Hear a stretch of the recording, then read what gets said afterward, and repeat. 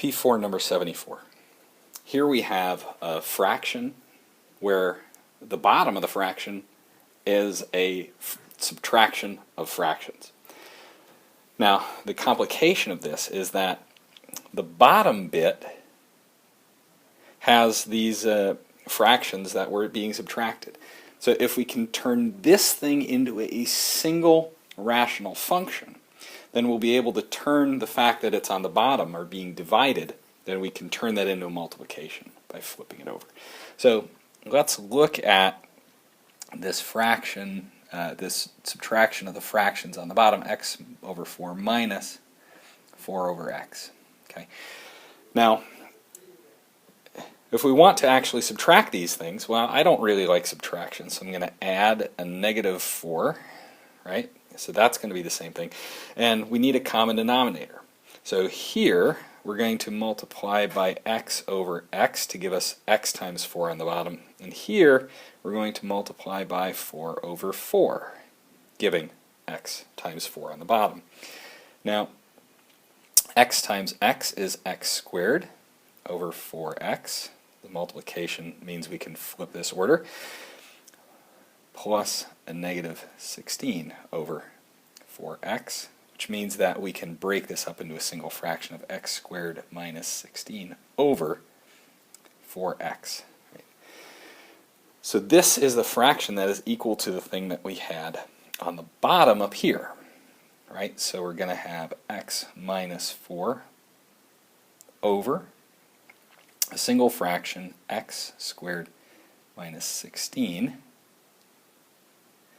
over 4x. Alright, now, this is a fraction on the bottom, which is the same thing as division. Now, if we're dividing a fraction, we can flip it over and turn it into a multiplication. So our original thing, we're going to have an x minus 4 times a fraction where there's a 4x on the top and an x squared minus 16 on the bottom, right? It's this bottom fraction now flipped over, right? It's what we got here, only it's flipped over. All right, so we can certainly do this. This is multiplication of a fraction over 1, right? Anything is a fraction over 1. These ones are, well, they're just kind of everywhere, multiplying or dividing or whatever. Okay. So we're going to have 4x times x minus 4 over x squared minus 16. Okay? All right. Now,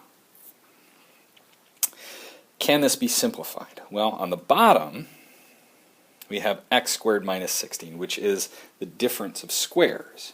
And if we remember our u squared minus v squared rule, this is equal to u plus v times u minus v.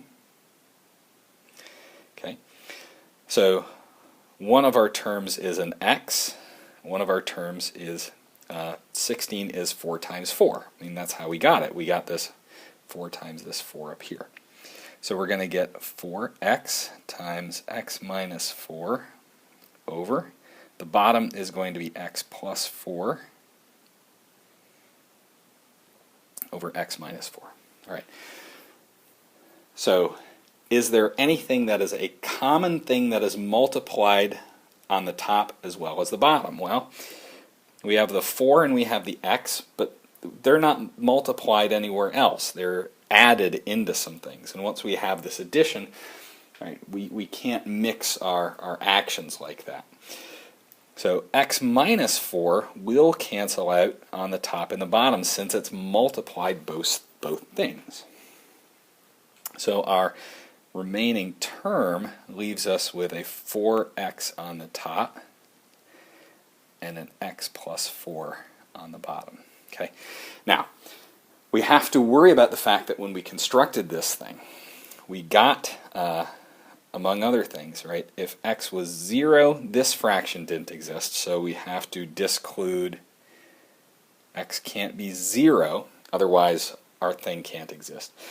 And we also saw that x is equal to plus 4 made x minus 4 equals 0, right? If x is a 4, this is a 4 over a 4, 4 over,